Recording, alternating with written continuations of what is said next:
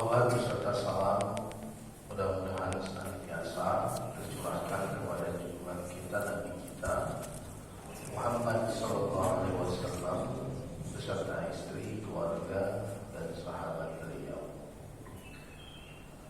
Hadirin jamaah rahimakumullah. Kita selalu ingin bahagia dan pasti berusaha meraih kebahagiaan atau hidup bahagia. Tentu untuk mendapatkan kebahagiaan ini tidak mudah. Ya, semua punya pengalaman yang sama Bapak Ibu sekalian. Untuk mendapatkan atau meraih kebahagiaan ini tidak mudah. Ada hari-hari di mana kita bahagia, ada hari-hari di mana kita tidak bahagia. Ada hari-hari di mana kita mampu mengendalikan kesedihan kita, kecemasan, ketakutan kita, tapi juga ada hari-hari kita sedikit kurang mampu mengendalikan cemas, takut, was-was dan lain-lain.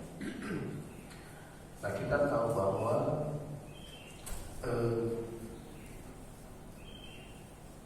hidup ini tidak lepas daripada cobaan dan ujian. Ya, karena kita akan selalu mendapatkan cobaan dan ujian di dalam hidup kita. Ada orang yang kuat menghadapi cobaan ujian hidup, ada orang-orang yang tidak kuat menghadapi cobaan dan ujian hidup. Nah, orang-orang yang kuat dan tidak kuat ini itu sebetulnya terletak pada perbedaan menyikapi cobaan ujian hidup. Terletak pada kemampuan atau kekuatan pada saat menghadapi cobaan ujian hidup. Nah, memang kalau kita kembali kepada Al-Quran, orang beriman itu dia harus kembali kepada Al-Quran. Dia harus mengingat bahwa di dalam Al-Quran Allah mengatakan la yukallifullahu nafsan illa wus'aha. Kalau orang-orang tidak beriman nggak paham ini. Tapi kalau orang beriman diingatkan oleh Allah Bapak Ibu bahwa Allah tidak menguji seseorang di luar batas kesanggupannya. Ya, Allah tidak akan menguji kita di luar batas kesanggupan kita. La yukallifullahu nafsan illa wus'aha. Artinya bahwa saat kita diuji oleh Allah, maka mindset yang kita bangun pertama kali itu bahwa Allah menguji kita itu pasti sesuai kemampuan kita. Nah, yang tidak boleh itu adalah ketika logika kita letakkan di atas wahyu. Maka kalau logika di atas wahyu, bisa jadi pada saat menghadapi cobaan ujian hidup itu justru kita menghadapi problematika yang cukup besar. Apa? Ketidakyakinan diri kita bahwa kita akan mampu melewati fase pada saat kita menghadapi cobaan ujian hidup. Nah, makanya saya selalu sampaikan kepada para jemaah, letakkan wahyu di atas logika. Karena kalau kita letakkan logika di atas wahyu, kita tidak akan menemukan jalan keluar.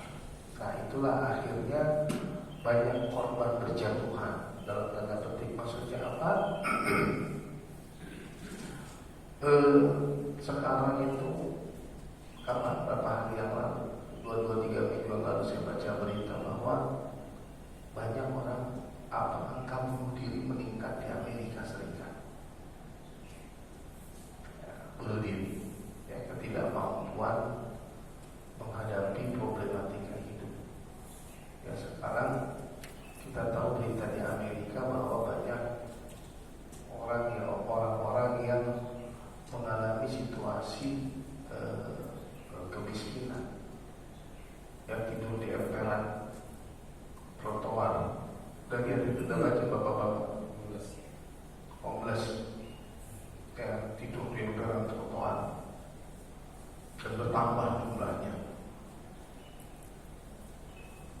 Nah, bagaimana jika di situasi kondisi di mana kita menghadapi cobaan ujian ini, kita diingatkan oleh Allah Subhanahu wa taala bahwa di dalam Al-Qur'an ya, banyak sekali, tapi dalam konteks yang ingin saya bahas itu ada 4 langkah yang diajarkan Allah kepada kita, ada 4 cara, ada 4 strategi yang diajarkan Allah kepada kita bagaimana pada saat kita menghadapi cobaan ujian hidup. Yang pertama, Allah ingatkan di dalam surat Al-Baqarah ayat 152, di situ ada 2 kunci. Kemudian di Al-Baqarah 153 ada 2 kunci lagi. Maka ada 4 kunci, ada 4 langkah yang diajarkan Allah kepada kita Bapak Ibu pada saat kita menghadapi cobaan ujian hidup. Yang pertama adalah fadhkuruni adhkurkum. Jadi jangan lepaskan ingatan kita kepada Allah. Jangan lepaskan diri kita dari Allah. Jadi zikir di situ bukan hanya menyebut, tapi zikir itu adalah juga mengingat. Ya. Alladzina yadhkuruna Allaha qiyaman wa qu'udan wa 'ala junubihim. Surat Ali Imran. Kalau Bapak baca, Bapak Ibu baca surat Ali Imran 190 191 itu ya. Alladzina yadhkuruna Allaha qiyaman wa qu'udan wa 'ala junubihim.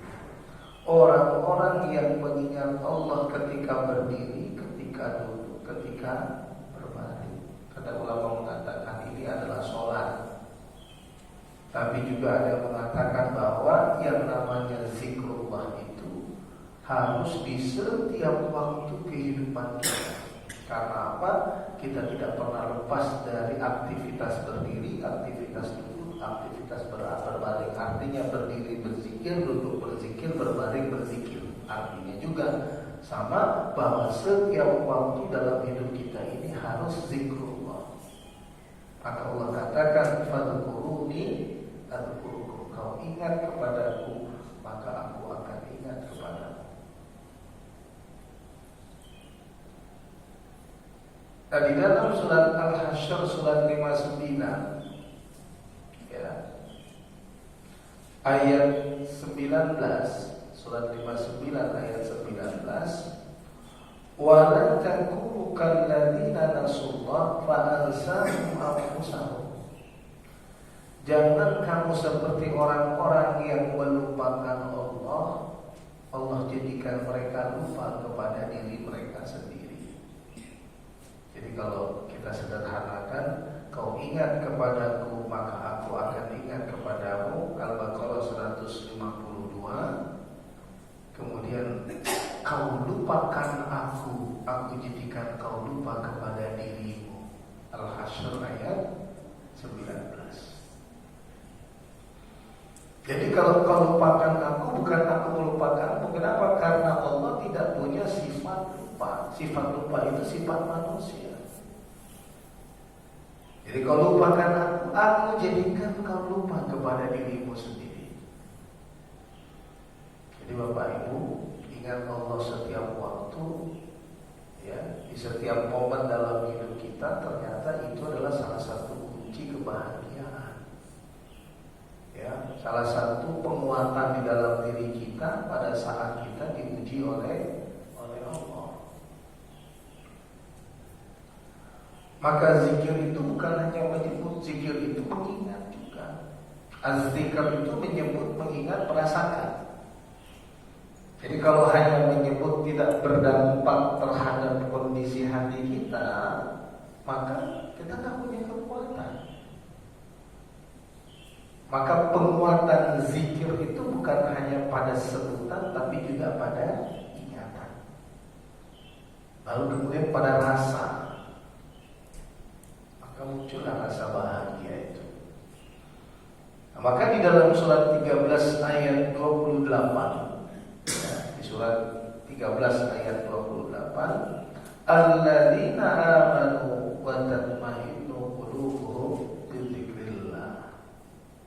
Alladzina amanu wa tatma'innu qulubuhum bidzikrillah. Ala bidzikrillah tatma'innul qulub. Orang-orang yang beriman akan tenang hatinya dengan mengingat Allah. Ingatlah hanya dengan mengingat Allah menenangkan, menenteramkan hati.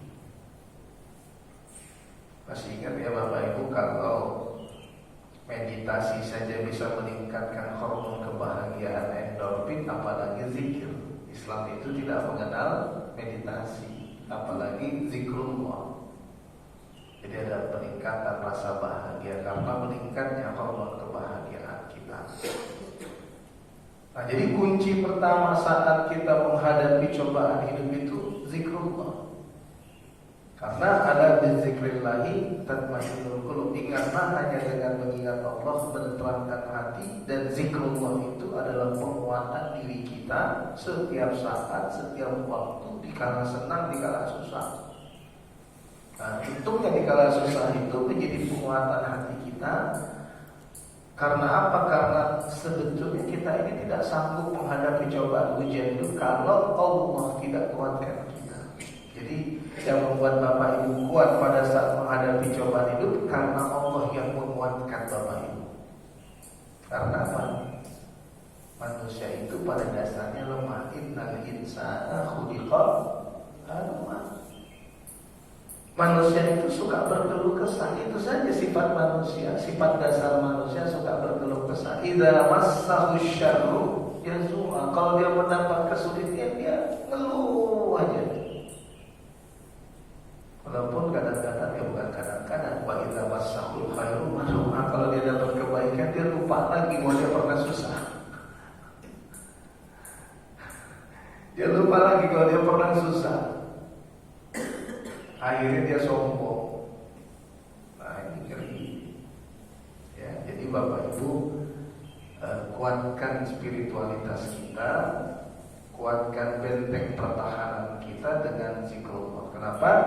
Karena kita pasti akan menghadapi cobaan ujian hidup. Ya, jadi dikunci oleh apa?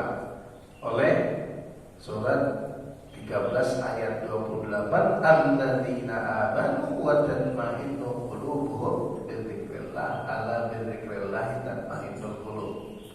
Ya, tentramkan hati batin kita dengan zikrullah. Nah, tapi zikirnya bukan hanya menyebut, juga mengingat, merasakan. Ya, sehingga zikir itu berdampak terhadap kekuatan batin kita. Saya sudah sampaikan kepada materi zikir kan? Ya, jadi ketika kita mengatakan subhanallah, misalnya sucikan Allah di dalam sifatnya, perbuatannya, dalam zatnya, bahwa Allah tidak sama dengan makhluk. Ya, ketika kita mengatakan alhamdulillah, segala kebaikan itu sandarkan kepada Allah. Andaikan orang lain kurang mengapresiasi kebaikan kita, tidak apa-apa. Kenapa? Karena sesungguhnya kebaikan itu memang disandarkan kepada Allah. Jangan kecil hati. Jangan kecil hati. Nah, itu kekuatan itu di sini tuh. Ya, agak kuatkan batin kita. Bukan agak, kuatkan batin kita pada saat orang lain tidak mengapresiasi kebaikan kita, karena sepantasnya kebaikan itu disandarkan hanya kepada Allah. Kita akan muncul rasa bahagia. Ketika kita berzikir Allahu Akbar, besarkan Allah, kecilkan diri kita. Muliakan Allah, hinakan diri kita. Tinggikan Allah, rendahkan diri kita. Jadi Bapak Ibu bisa merasakan dekat dengan Allah. Nah, yang kedua, kekuatan yang kedua adalah washkurli wala takfur. Kekuatan kedua menghadapi cobaan ujian hidup itu adalah jadi orang bersyukur. Kan repot tuh, gimana caranya saat diuji oleh Allah masih bersyukur, saat dicoba oleh Allah masih bersyukur. Yaitu dengan cara pandang bahwa ujian hidup itu, ya, ujian hidup itu sedikit dibandingkan nikmat Allah. ujian hidup itu tidak sebanding dengan nikmat yang diberikan Allah kepada Bapak Ibu sekalian. Gak sebanding. Nah, kalau kita paham maka kita akan terus bersyukur. Bahkan Bapak Ibu, kita belajar membaca hikmah dan akan menjadi orang bersyukur. Oh subhanallah, ternyata di balik ujian hidup tersebut hikmahnya ini ternyata. Nah, sering ya Bapak Ibu menghadapi situasi itu. Mulai membaca adanya hikmah di balik cobaan ujian hidup kita. Walaupun pada awalnya ujian hidup itu sangat berat. Maka orang-orang yang bersyukur itu dapat merubah cara pandang. Kalau orang yang tidak bersyukur, cara pandangnya bagaimana? Dia akan selalu fokus kepada cobaan ujian hidup. Itu selalu. Maka hidupnya mengeluh. Tapi kalau orang bersyukur, dia akan selalu melihat bahwa fakta nikmat yang diberikan Allah tidak sebanding dengan cobaan ujian hidup kita. Maka dia memahami wa may yashkur fa innama yashkuru li nafsi. Surat Luqman ayat 12. Ya, surat Luqman ayat 12. Jadi barang siapa bersyukur, sesungguhnya dia bersyukur untuk dirinya sendiri. Coba Bapak Ibu dikasih uang oleh Allah, dikasih rezeki oleh Allah. Kemudian Bapak Ibu bersedekah, karena syukur rezeki itu sedekah. Nah, dalam sedekah itu ada makna hidup. Jadi kalau semakin sering kita bersedekah, maka semakin sering kita merasakan betapa bermaknanya hidup kita. Dengan semakin seringnya kita bersedekah, semakin seringnya kita merasa makna hidup, maka semakin sering kita punya rasa bahagia, betul kan? Ketika Bapak Ibu merasa bermakna hidup Bapak Ibu, pasti nih Bapak Ibu merasakan bahagia. Bapak Ibu punya ilmu, semakin sering Bapak Ibu mengamalkan ilmu, semakin sering merasakan makna hidup, maka semakin sering bahagia. Punya pekerjaan, punya jabatan, semakin sering kita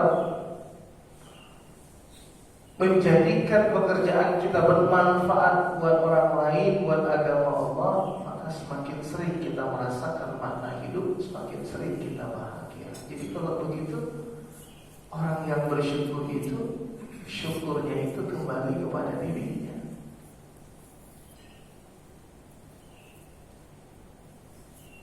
Nah, biasanya kalau sudah bersyukur, coba pelajari realita fakta ya. Kita bicara realita fakta. Semakin Bapak Ibu menjadi orang yang bersyukur, maka semakin jarang menjadi orang yang mengeluh, betul kan?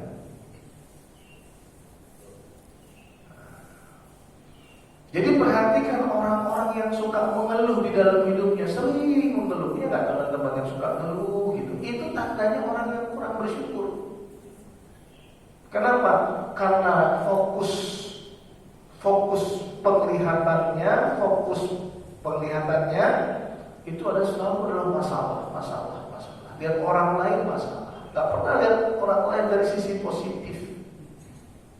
Biasanya orang kalau sudah mengeluh, biasanya orang kalau sudah mengeluh, itu cara pandangnya juga negatif. Jadi kepada dirinya negatif, apalah hidup ini, kok susah terus.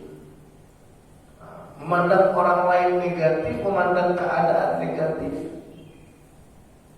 maka berpikirnya negatif. Nah, biasanya orang seperti itu prasangka buruk. Jangankan kepada orang lain, biasanya kepada dirinya pun dia berprasangka buruk. Nah, itu bisa kita kendalikan dengan apa? Banyak bersyukur. Ya, kenapa? Karena Allah Subhanahu wa taala mengatakan wa may yashkur fa innama yashkuru nafsi, barang siapa bersyukur sesungguhnya syukurnya itu kembali kepada dirinya. Jadi kalau ada orang-orang punya harta nggak mau infak sedekah berarti nggak bersyukur, punya ilmu nggak mau beramal berarti nggak bersyukur, punya pekerjaan jabatan hanya untuk memperkaya diri tapi bukan untuk memberikan hidup bermanfaat buat orang lain, maka dia tidak bersyukur. Kalau dia tidak bersyukur, dia tidak akan bahagia. Maka biasanya lihat, ada nih orang kaya tapi ngeluh. Nabi bukan gitu ya. Itu dasarnya tadi. Punya ilmu nggak mau mengamalkan ilmunya berarti tidak bersyukur. Punya harta tidak mau mengamalkan hartanya berarti tidak bersyukur. Punya jabatan, punya pekerjaan tidak bermanfaat buat orang lain berarti tidak bersyukur. Maka jangan kaget, ini yang saya sampaikan sangat fundamental. Jangan kaget kalau bapak ibu melihat ada orang kaya, dia kok suka ngeluh, kan aneh. Jabatannya direktur tapi ngeluh, kan aneh. Nah itu tandanya orang tidak bersyukur. Nah biasanya orang-orang tidak bersyukur ini selalu mengeluh. Ya, saya pernah ngomong sama istri saya tentang seseorang yang ngeluh gitu ya. Istri saya bilang, istri saya sama saya berpikirnya sama gitu ya. Terus pas kita sudah menjauh, kita bilang kok bisa gitu ya. Kita yang gak ada apa-apanya dibandingkan dia, alhamdulillah gak pernah mengeluh. Dia semua ada kok ngeluh gitu. Punya rumah mewah, mobil mewah kok ngeluh gitu. Nah, biasanya orang yang ngeluh itu orang miskin. Artinya berarti mentalnya miskin. Dia kaya secara kasat mata, punya segala sesuatu, tapi mentalnya miskin. Hati-hati ini pertahanan spiritualitasnya lemah. Maka begitu diuji oleh Allah nanti gak kuat. Hati-hati. Jadi wa may yashkur fa innama yashkuru nafsi, barang siapa bersyukur sesungguhnya dia bersyukur untuk dirinya. La in syakartum la azidannakum wa la in kafartum inna adzabi lasyadid. Kalau kamu bersyukur, surat Ibrahim ayat 7, surat 14 ayat 7, la in syakartum la azidannakum wa la in kafartum inna adzabi lasyadid. Ya, kalau kamu bersyukur kami tambahkan nikmat kami kepadamu, tapi kalau kamu kufur azab kami sangat pedih. Itu kekuatan kedua untuk kuat menghadapi cobaan hidup. Yang ketiga adalah ya ayyuhalladzina amanu ista'inu bis-sabri. Yang ketiga kekuatan sabar. Tadi kalau zikir tadi apa? Ala bizikrillahi tatma'innul qulub. Ingatlah dengan berzikir mengingat Allah menenteramkan hati. Syukur tadi itu surat 13 surat 13 ayat 28. Syukur wa may yashkur fa innama yashkuru li nafsi. Barang siapa bersyukur dia bersyukur untuk dirinya sendiri. Yang ketiga sabar. Sabar ini di Al-Baqarah 156. Ulaika alaihim shalawatun min rabbihim wa rahmah wa ulaika humul muhtadun. Orang yang sabar itu selalu mendapatkan ampunan dari Allah, selalu mendapatkan rahmat dari Allah, dan selalu dituntun oleh Allah, diberi hidayah oleh Allah. Sabar saat menghadapi cobaan ujian hidup. Sabar dalam menjalankan ketaatan, mendapatkan ridho Allah, untuk mendapatkan ridho Allah. Sabar untuk tidak melakukan perbuatan dosa. Nah, jadi tapi sering kita tempatkan sabar itu dalam konteks menyikapi cobaan ujian hidup. Gitu. Nah, itu ganjaran yang diberikan Allah kepada orang yang sabar. Pertama rahmat, yang pertama ampunan, yang kedua rahmat, yang ketiga adalah tuntunan hidup, hidayah, bimbingan dari Allah. Maka orang yang sabar itu orang yang kuat sebenarnya. Tapi jangan sampai sabar. Saya bersabar, sabar banget, tapi pukul-pukul dada itu gak sabar sebetulnya.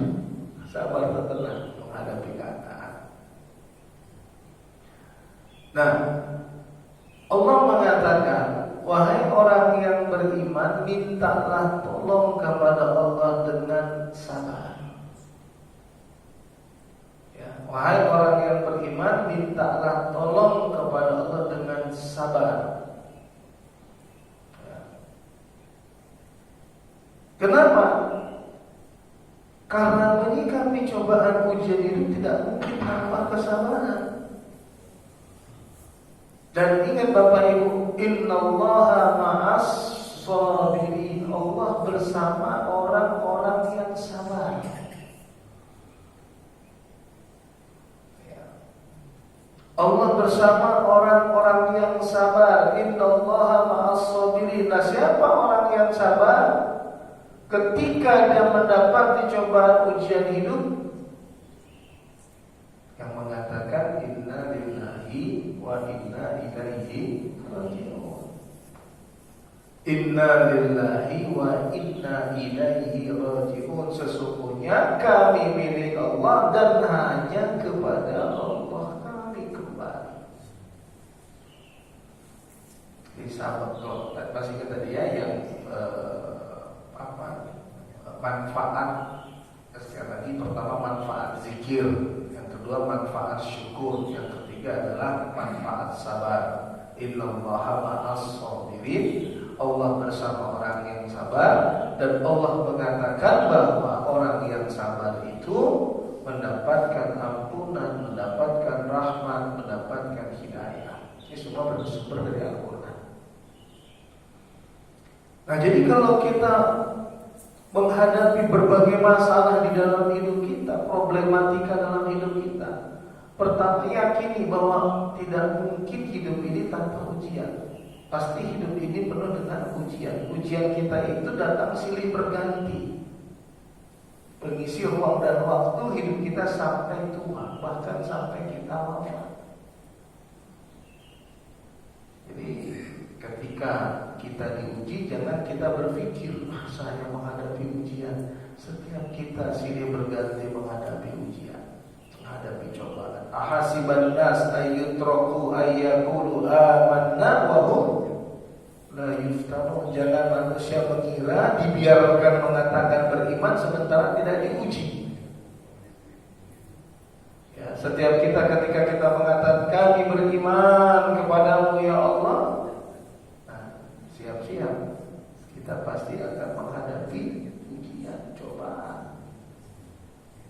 Jadi salah satu yang pasti juga adalah ujian, adalah cobaan.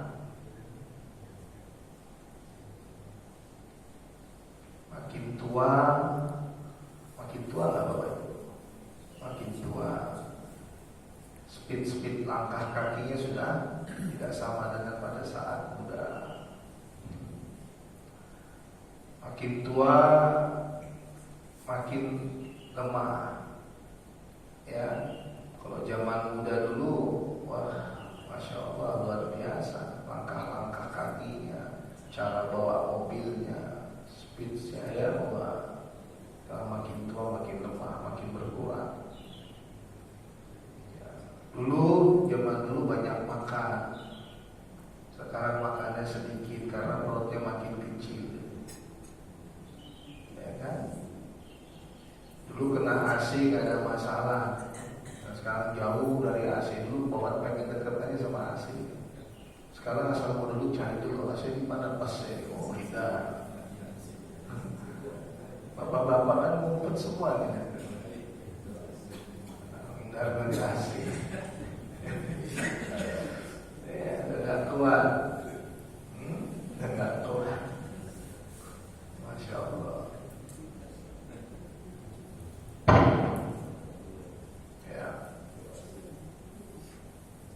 Banyaklah cobaan hidup ya, dan mudah-mudahan yang tidak berat.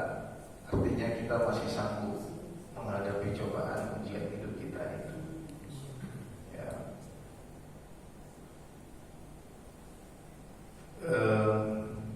Ibu-ibu nih ya, bapak ibu, anak tak nikah sedih betul. Begitu ketemu jodoh, alhamdulillah ya Allah, anakku ketemu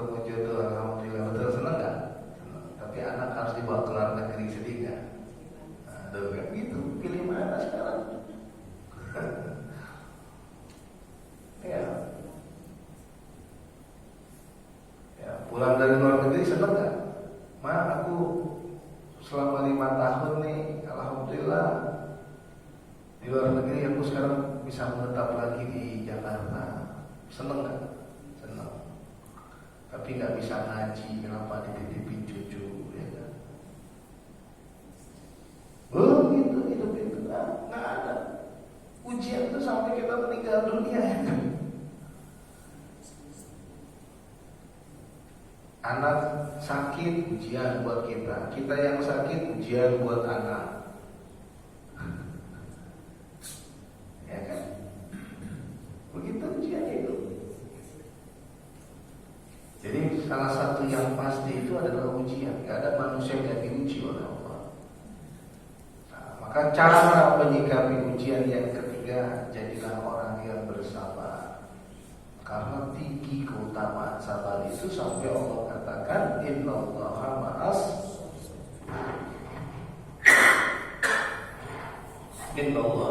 sabirin.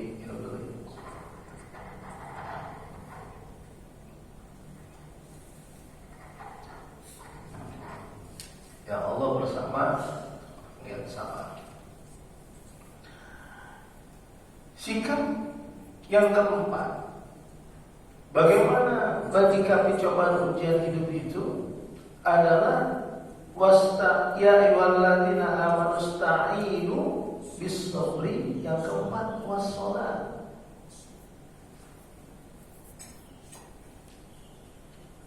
Salat itu memberikan kekuatan kepada kita. Ya. Maka orang yang sholat itu adalah orang yang insya Allah kuat. Kenapa orang yang sholat itu selalu terhubung dengan yang maha kuat?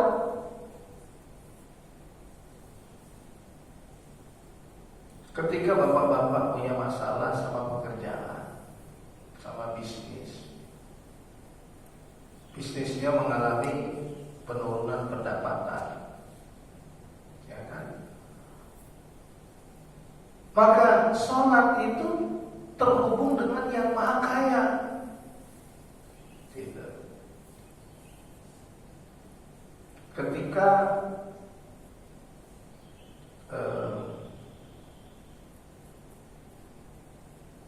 saya ketemu seseorang beberapa minggu yang lalu yang saham dari bisnisnya dia mencapai kekayaannya kurang lebih mencapai 2 T. Lagi sarapan pagi ketemu sama dia. Nah kemudian dulu lingkaran orang-orang yang punya kekuasaan, punya bisnis, semua mendekat ke dia. Sekarang dia bangkrut. Rumahnya di Pondok Indah terjual. Rumahnya di mana terjual. Hartanya, mobilnya terjual. Mobil-mobil 2 pintu, mobil balap, mobil apa, saya nggak tahu apa itu mobil, terjual. Aset terjual. Terus dia menangis, mengatakan hampir saja saya bunuh diri, Ustaz. Maka orang-orang yang tadi punya kekuasaan menjauh, teman-teman yang hebat tadi menjauh. Nah, sholat kuncinya, dekatlah dengan yang maha berkuasa, dekatlah dengan yang maha hebat. Nah, itu sholat. Terus saya katakan bahwa yang hilang itu tidak sebanding dengan yang Bapak dapatkan. Loh, maksudnya apa? Ini ketemunya nggak sengaja lagi sarapan. Saya nggak kenal beliau kenal saya karena beliau ternyata jemaah. Saya jemaah Ustaz di sini. Saya katakan yang hilang dari Bapak itu tidak sebanding dengan apa yang Bapak dapatkan. Maksudnya yang tadinya mau sarapan akhirnya ngaji di warung bubur atau warung soto itu. Jadi saya masuk, mereka sudah ada di situ, sedang sarapan. Ustaz gitu, karena saya dipanggil. Kalau sama bapak-bapak ketemu di luar, insya Allah saya kenal, karena kita udah sering ketemu kan, pengajian rutin. Tapi kalau saya khutbah Jumat, sesekali kan nggak semua saya kenal jemaah kan. Nah, Ustaz saya datang ya. Akhirnya ngobrol, kenalan, ngobrol, bla bla bla bla panjang lebar, akhirnya cerita ke situ. Maka saya bilang, udah buka Quran sekarang. Akhirnya buka Quran. Mana ayat yang mengatakan yang hilang itu tidak sebanding dengan yang Bapak dapatkan? Apa yang Bapak dapatkan?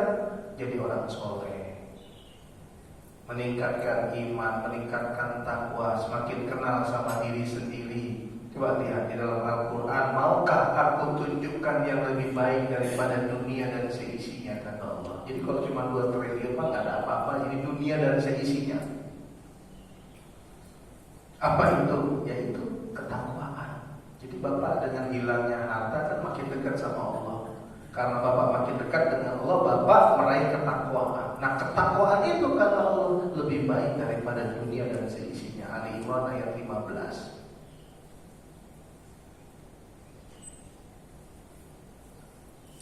Ali Imran ayat 15 itu. Qul a'unabbi'ukum bi khairin min dzalikum. Muhammad, katakan, maukah aku tunjukkan yang lebih baik dari itu semua, dari dunia dan isinya itu? Lilladzina taqaw 'inda rabbihim jannatun tajri min tahtihal anhar wa azwajun mutahharah wa ridwanun minallah.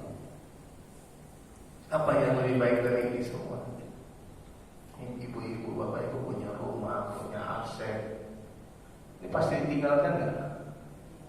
Pasti nggak ditinggalkan. Mau punya aset di Bandung, punya kebun di Purwakarta, punya rumah sakit, punya hotel, punya apa lagi?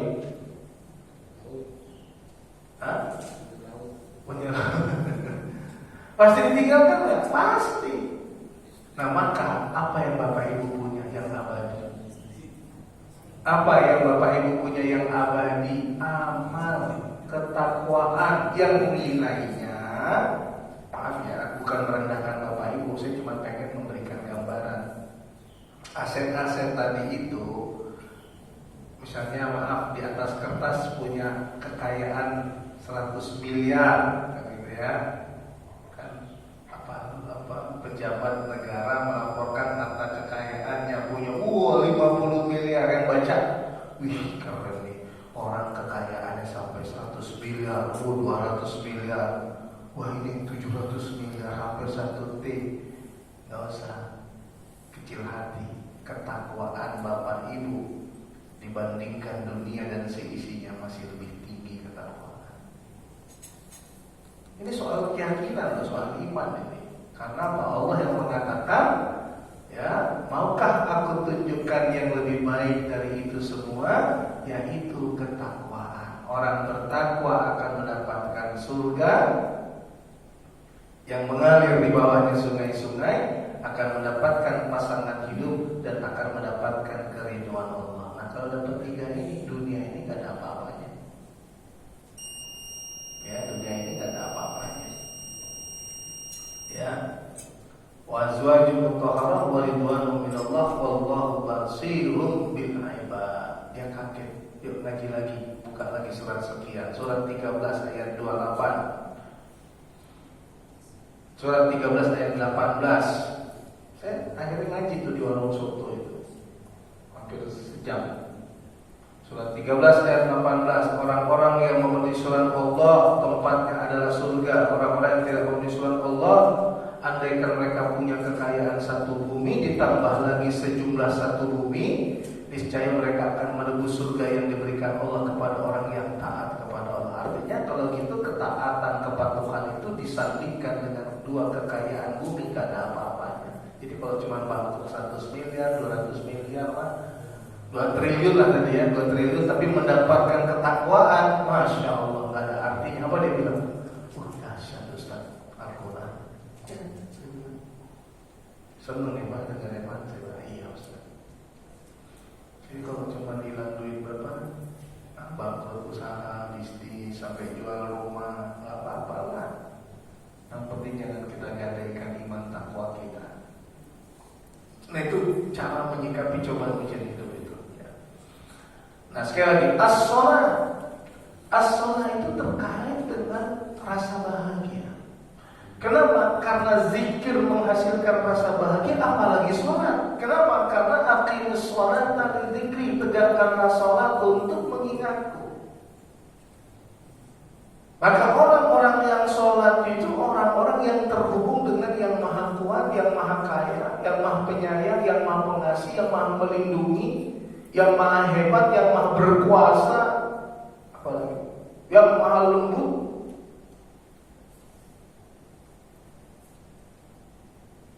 Minta kekuatan dari Allah. Dan itu perintah Allah. Minta tolong kepadaku dengan sabar dan salat.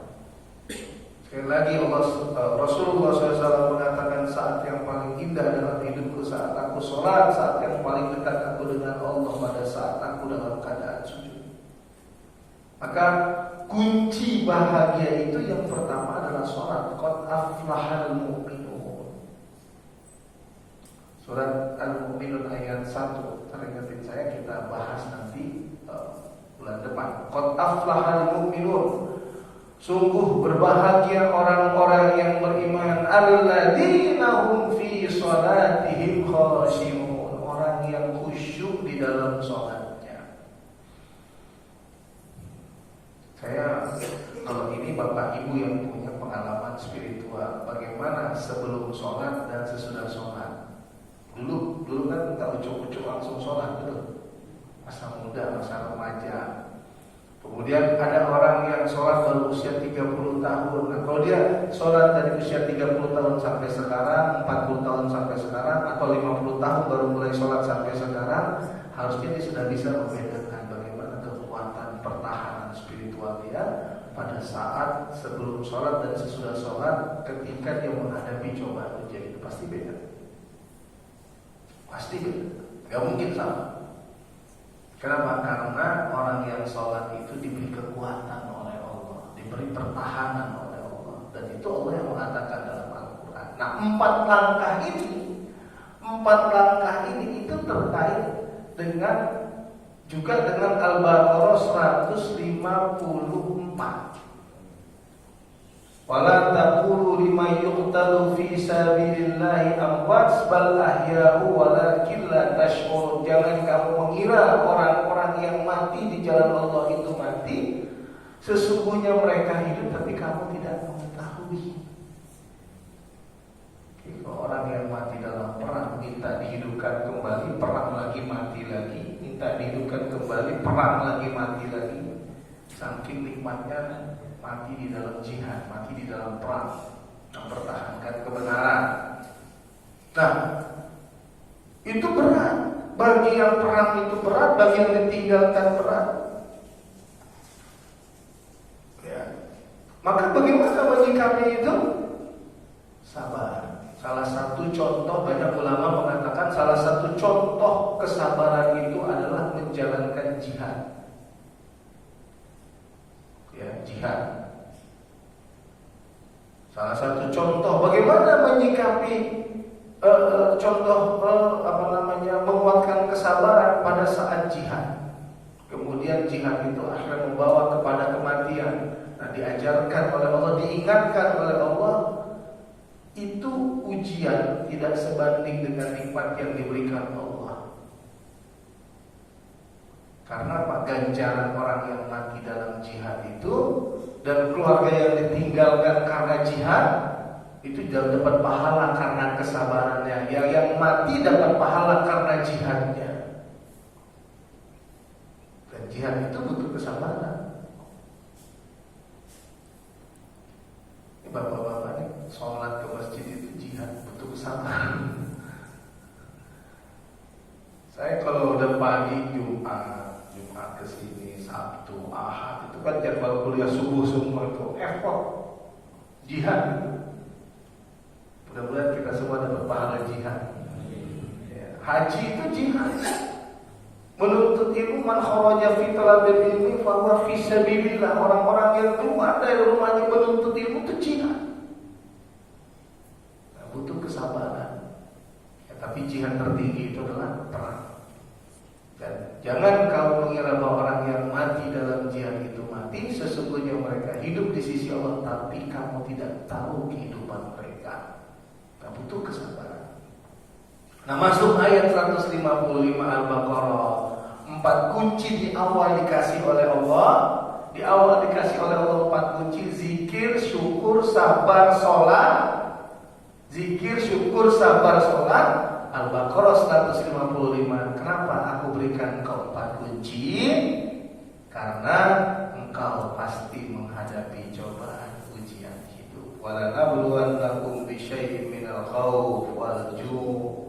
Di antara ujian hidup itu adalah rasa takut, lapar, wa naqsim minal amwal, berkurangnya harta, wal anfus, jiwa, wa thamarat, wa buahan.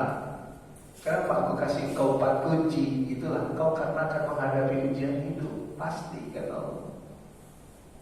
Pasti menghadapi ujian hidup. Ku kasih 4 kunci di awal. Maka wa basyiris sabirin alladzina idza asabatuhum musibah qalu inna lillahi wa inna ilaihi raji'un. Beri kabar kepada orang yang sabar, yaitu orang-orang yang apabila ditimpa musibah mengatakan kami milik Allah dan hanya kepada Allah kami kembali. Maka apa keutamaan orang yang sabar?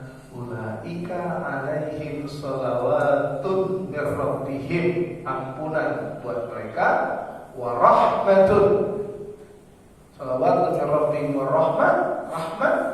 Yang ketiga, wa ulaika humul muhtadun, mereka lah orang-orang yang mendapatkan hidayah dari Allah Subhanahu wa taala. Ya, itu Bapak Ibu, mudah-mudahan ya ilmu hari ini bisa kita amalkan sehingga kita insya Allah punya kekuatan. Nah, ciri khas orang yang punya kekuatan banyak bersyukur, tidak banyak mengeluh. Nah, ciri khas orang yang tak punya kekuatan hidupnya hanya mengeluh, kurang banyak bersyukur. Biasanya kalau sudah banyak bersyukur jarang mengeluh. Kalau sudah sering bersyukur pasti sering mengeluh, biasanya orang yang kurang bersyukur. Maka lihat aja, kalau punya teman ngeluh sana, ngeluh sini. Ya, saya di pengajian ditanya kemarin, baru beberapa hari yang lalu, Pak Ustaz, gimana kalau orang ngeluh aja? Ya saya bilang jauhin. Kalau udah nggak bisa dikasih tahu, udah sering dikasih tahu masih ngeluh juga, jauhin. Karena apa? Bukan putus silaturahim. Kenapa? Membuat kita jadi lemah. Coba kalau bapak ibu dikelilingi orang yang ngeluh, kita lemah. Kita lemah. Ya. Saya kalau orang sahabat saya dulu, kalau udah nggak bisa saya kasih tahu, maka saya jauhin. Nah, dia tanya sama saya, kau Adian, kau jauhin aku, gitu. Ya kerja kau ngeluh aja, capek aku. Kerja kau ngeluh aja, nggak ada ruang waktu yang kau tersenyum, yang kau optimis menjalani hidupmu, kau ngeluh aja, jadi aku pun malas. Nah, itu kalau orang Medan bilang, nah, ngeluh aja kerja kau. Ya itu orang yang punya optimisme, mati sebelum mati, udah mati duluan sebelum mati sebetulnya. Kalau ngeluh, ya makanya saya ingat, kalau saya selalu ingat Kiai Gontor itu berani hidup tidak takut mati jangan hidup takut hidup, mati saja. Kalau nggak takut hidup, mati saja. Ya, hidup kok takut gitu. Makanya hidup perjuangan. Di mana ada perjuangan pasti ada pengorbanan, betul kan? Di mana ada pengorbanan harus ada keikhlasan. Mau masuk surga nggak berjuang ya nggak bisa. Ya kan? Mau mendapatkan ridho Allah, padahal dia kan harus ada perjuangan, ada ujian. Tapi begitu ada ujian, ada kenikmatan. Oh subhanallah, Allah kasih perbandingan komparasi. Oh subhanallah. Jadi banyak bersyukur. Kadang-kadang indahnya hidup datang dari cobaan, dari ujian. Saya kira itu sehat-sehat buat Bapak Ibu. Ada yang mau ditanyakan? Kayaknya bahagia semua saya lihat dari sini. Oh iya Pak, silakan.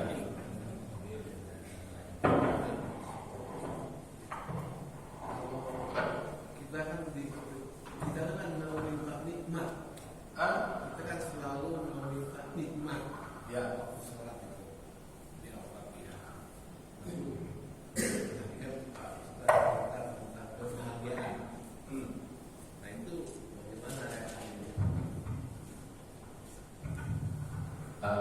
kita minta itu nikmat waktu sholat. Lalu tadi cerita tentang kebahagiaan. Nah, posisi nikmat itu kalau kebahagiaan kan ya dekat kepada kesenangan ya. Tapi nikmat ini yang di mana posisinya? Terima kasih. Nikmat ya.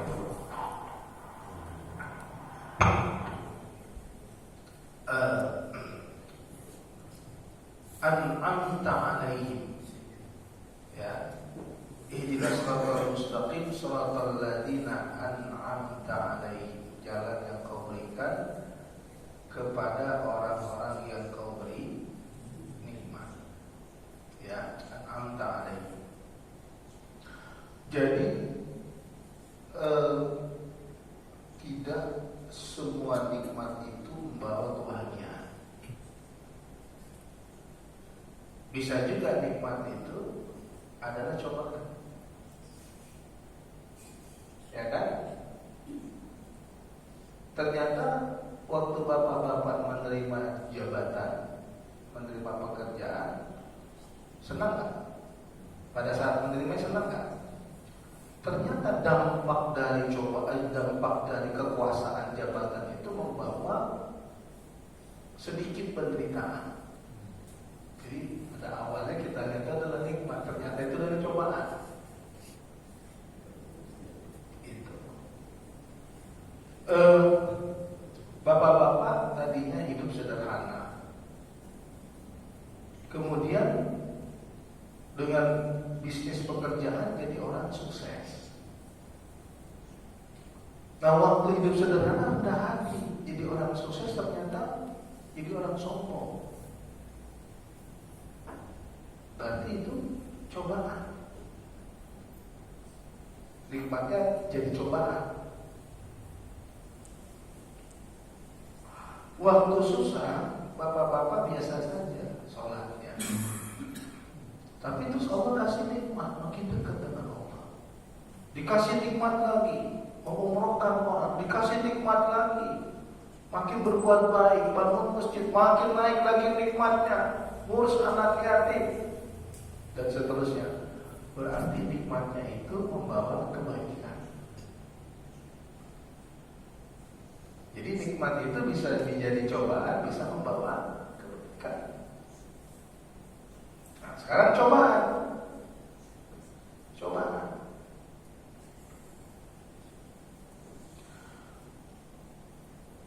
Biasanya jalan itu tidak macet. Di satu jalan tidak macet. Ini nyata ceritanya. Tapi hari itu jalan macet, ngedumel dia, macet. Maaf ya, dia sumpah serapah. Dasar nggak pernah macet, saya udah tunggu mau meeting, tiba-tiba begini, sumpah serapah. Buka radio, dia di dalam mobil dengan kemacetan, dia buka radio. Terjadi bom di Ritz-Carlton Kuningan. Ini cerita nyata. Yang tadinya sumpah serapah, dia mau meeting di Kuningan, dia mau meeting di Ritz-Carlton. Siapa itu? Saya kalau tidak salah itu salah seorang pejabat negara. Tapi waktu kena macet yang stuck itu dia sumpah serapah. Coba kalau dia ada di Ritz-Carlton, kejadiannya apa? Cobaan, tapi ternyata membawa kepada kenikmatan, kebaikan. Pesawat terbang ke Bangka. Salah satu karyawan BUMN telah ditinggal oleh pesawat. Ternyata pesawat jatuh. Tapi waktu ketinggalan emosi gak? Emosi. Kesel gak? Kesel. Dasar macet ini, Pak. Udah tutup Pak konternya.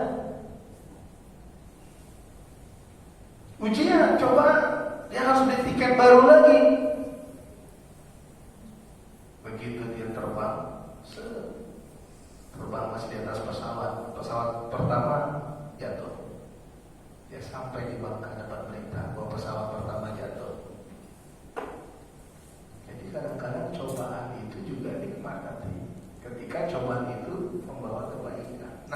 Yang paling penting itu pertanyaan tadi itu paling penting. Sikapi nikmat dengan syukur, sikapi ujian dengan sabar. Gitu ya, kekuatan spiritualnya di situ.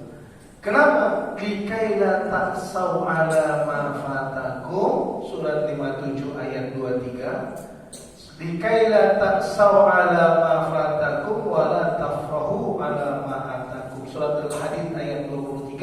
Agar kamu tidak bersedih terhadap apa yang hilang darimu, agar kamu tidak sombong terhadap apa yang datang kepadamu. Jadi nanti dari ujian hidup itu kita belajar hidup. Ada satu jemaah bilang, Ustaz, saya dalam tanda petik ini hidup kedua saya, kata dia. Loh, kok bisa? Makanya saya makin dekat sama Allah karena ini hidup kedua saya. Saya pernah hampir mati, Ustaz, di ruang ICU. Udah, menurut orang yang ada di sekeliling saya hampir mati. Ini hidup kedua saya. Maka dari sinilah saya belajar lagi mendekatkan diri kepada Allah karena saya masuk hidup yang kedua. Nah, jadi dari cobaan hidup itu kita mendapatkan kekuatan untuk semakin dekat dengan Allah. Gitu ya Pak. Jadi tidak semua nikmat membawa kebaikan, tapi juga tidak semua cobaan membawa kepada keburukan. Tergantung cara kita menyikapi nikmat dan menyikapi cobaan. Ya. Alladzi ja'alal mauta wal hayata liyabluwakum ayyukum ahsanu amala. Surat apa? Al-Mulk. Ya, Allah menciptakan kematian dan kehidupan itu liyabluwakum, untuk menguji kamu mana yang paling baik amalnya. Saya kira itu. Ada lagi? Ini kayaknya orang-orang yang bahagia. Apa? Ayat pertama itu. Ayat pertama, ayat kedua ya. Kedua.